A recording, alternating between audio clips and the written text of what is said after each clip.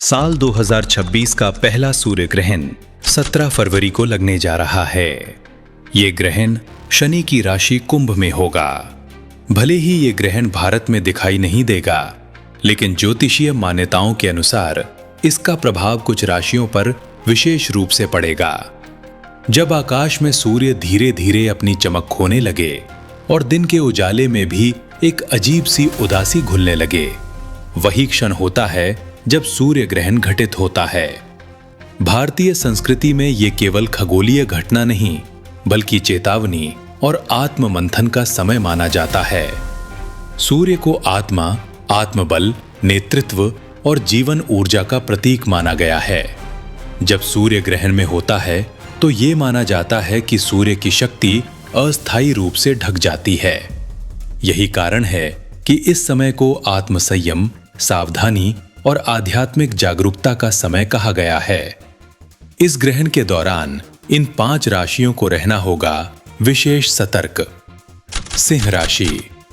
सिंह राशि के स्वामी स्वयं सूर्य देव हैं। ऐसे में ये ग्रहण आपके आत्मविश्वास पर सीधा असर डाल सकता है। मन में असमंजस, निर्णय लेने में झिझक और कार्य क्षेत्र में दबाव महसूस हो सकता है। इस समय जल्दबाजी में कोई भी बड़ा फैसला लेना नुकसानदेह हो सकता है। शांति और धैर्य ही आपका सबसे बड़ा कवच रहेगा। कन्या राशि। कन्या राशि वालों के लिए यह ग्रहण संघर्ष का संकेत लेकर आ सकता है। विरोधी सक्रिय हो सकते हैं और आपके कामों में बाधा डालने की कोशिश कर सकते हैं।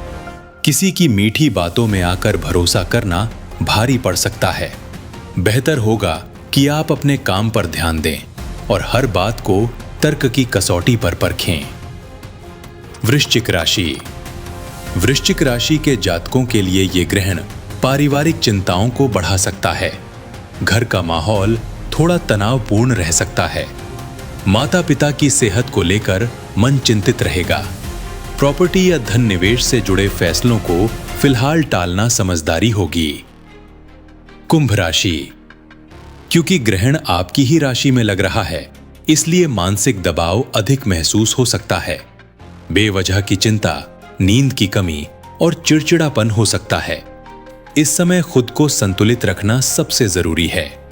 योग, ध्यान और दिनचर्या में अनुशासन आपके लिए बहुत मददगार साबित होगा। मीन राशि। मीन राशि वालों के लिए यह ग्रहण खर्च और हानि के संकेत दे रहा है। अनियोजित खर्च आपकी आर्थिक स्थिति को बिगाड़ सकता है। व्यापार करने वालों को उतार चढ़ाव का सामना करना पड़ सकता है। सेहत के लिहाज से पेट और हड्डियों से जुड़ी समस्याओं पर ध्यान दें। यह सूर्य ग्रहण लगभग 2 घंटे 30 मिनट का होगा। ग्रहण आरंभ दोपहर 3:26। ग्रहण की चरम अवस्था शाम 5:26।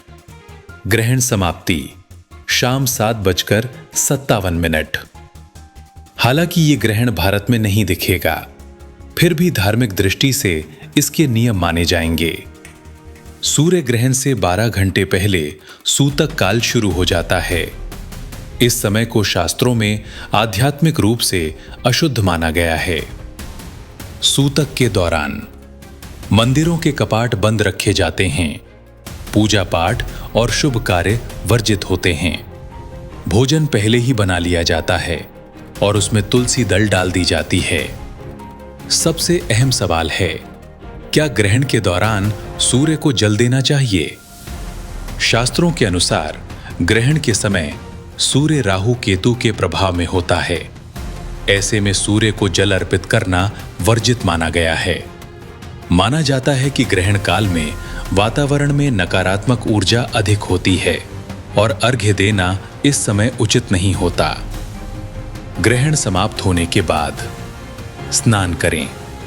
घर में गंगा जल का छिड़काव करें। ये प्रक्रिया शुद्धि और सकारात्मक ऊर्जा का प्रतीक मानी जाती है। सूर्य ग्रहण के दिन मन ही मन ओम सूर्याय नमः का जाप करें। योग और ध्यान से मानसिक शांति प्राप्त करें। ग्रहण के बाद तांबा, गेहूं और गुड़ का दान करें और धार्मिक ग्रंथों का पाठ करें। सूर्य ग्रहण डरने का नहीं बल्कि सचेत होने का समय है। यह हमें याद दिलाता है कि जब बाहरी रोशनी कम हो जाए तब भीतर की रोशनी को जगाना चाहिए। संयम, आस्था और सही उपायों के साथ ये ग्रहण आपके लिए आत्मिक शुद्धि का अवसर भी बन सकता है। जय श्री कृष्ण।